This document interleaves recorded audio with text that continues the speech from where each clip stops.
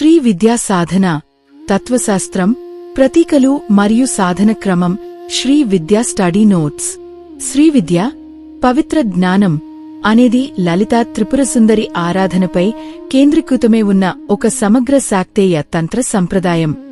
ఇది ప్రాపంచిక అభ్యుదయాన్ని, అభ్యుదయ్ మరియు పరమార్థ మోక్షాన్ని, నిశ్రేయస రెండింటినీ ప్రసాదించే సుభాగమ మార్గం. 1. మౌలిక తాత్విక పునాదులు, ఫిలాసోఫికల్ ఫౌండేషన్స్. శ్రీవిద్య అద్వైత సిద్ధాంతంపై ఆధారపడి ఉంది. జీవాత్మ, జగత్తు మరియు పరమేశ్వరి, శక్తి ఈ మూడూ ఒకటే అని ఇది బోధిస్తుంది. లలితా త్రిపురసుందరి 3 పురముల జాగ్రత్, స్వప్న, సుషుప్తి అవస్థల అందమైన రాణి. ఆమె గుణాతీతురాలు మరియు త్రిగుణాలకు అతీతమైనది. పంచప్రేతాసన, బ్రహ్మ, విష్ణు, రుద్ర, ఈశ్వరులు కోళ్లుగా ఉండగా సదాశివుడు మంచంగా ఉన్న సింహాసనంపై ఆమె కొలువై ఉంటుంది. ఆయుధాల అంతరార్థం: చెరకు విల్లు, మనస్సు, 5 పుష్ప బాణాలు, పంచేంద్రియాలు, శబ్ద, స్పర్శ, రూప, రస, గంధాలు, పాశం, రాగం, అనుబంధం, కోరిక, అంకుశం, క్రోధం, నిగ్రహం. 2. శ్రీయంత్రం, శ్రీయంత్ర. శ్రీయంత్రం అమ్మవారి విశ్వరూపం. ఇందులో 9 చక్రాలు, ఆవరణలు ఉంటాయి. త్రైలోక్య మోహన చక్రం, బాహ్య చతురస్రం, ఇంద్రియ నిగ్రహం. పరిపూరక చక్రం, 16 దళాల పద్మం, కోరికల శుద్ధి. సర్వ సంక్షోభన చక్రం, 8 దళాల పద్మం, ప్రాణశక్తిని ఉద్దీపనం చేయడం. సర్వ సౌభాగ్యదాయక చక్రం, 14 త్రికోణాలు. సర్వార్థ సాధక చక్రం, 10 త్రికోణాలు. సర్వరక్షాకర చక్రం, 10 త్రికోణాలు. సర్వరోగహర చక్రం, 8 త్రికోణాలు. సర్వసిద్ధిప్రద చక్రం, అంతర త్రికోణం. బిందువు, శివశక్తుల ఐక్యం. 3 ప్రారంభకులకు ప్రత్యేక సూచనలు, నోట్స్ ఫర్ బిగినర్స్.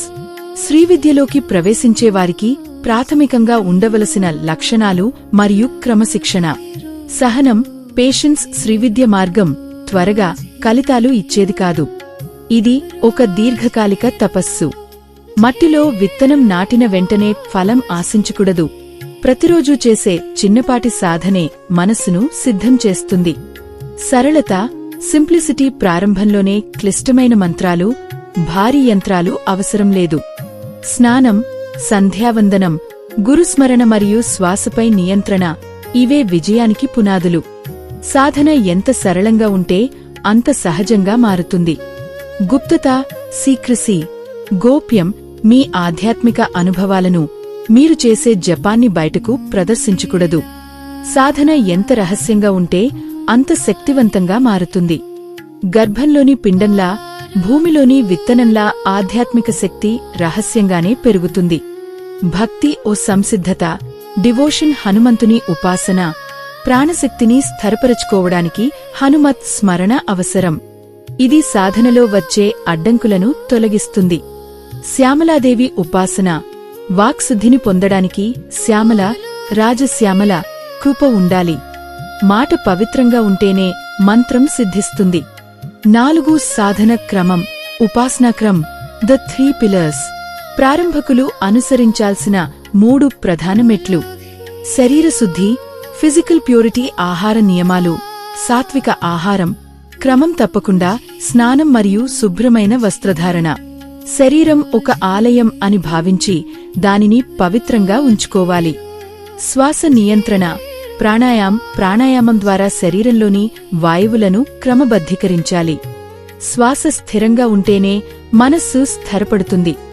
ఇది కుండలిని శక్తి జాగృతానికి ప్రాథమిక వ్యాయామం. వాక్శుద్ధి, స్పీచ్ ప్యూరిటీ. సత్యాన్ని పలకడం, అనవసరమైన మాటలు తగ్గించడం, మౌనం మరియు ఇతరులను నొప్పించకుండా మాట్లాడటం. వాక్కు పవిత్రమైనప్పుడు మీరు చేసే మంత్ర జపం అనంతమైన శక్తిని పొందుతుంది. నిత్య విధులు. గురు పాదుకా మంత్రం. సాధన ప్రారంభించే ముందు గురువును స్మరించడం. సంకల్పం. స్వార్థం లేని సంకల్పంతో చేసే సాధన త్వరగా ఫలిస్తుంది. న్యాసం. మంత్ర అక్షరాలను శరీర భాగాలలో నిక్షిప్తం చేయడం ద్వారా శరీరాన్ని మంత్రమయం చేయడం. 5. పంచదశి మంత్రం. శ్రీవిద్యలోని అత్యంత శక్తివంతమైన 15 అక్షరాల మంత్రం 3 కూటములుగా ఉంటుంది. వాగ్భవకూటం జ్ఞానశక్తి తలభాగం, కామరాజకూటం ఇచ్ఛాశక్తి హృదయభాగం, శక్తికూటం క్రియాశక్తి నాభి దిగువ భాగం.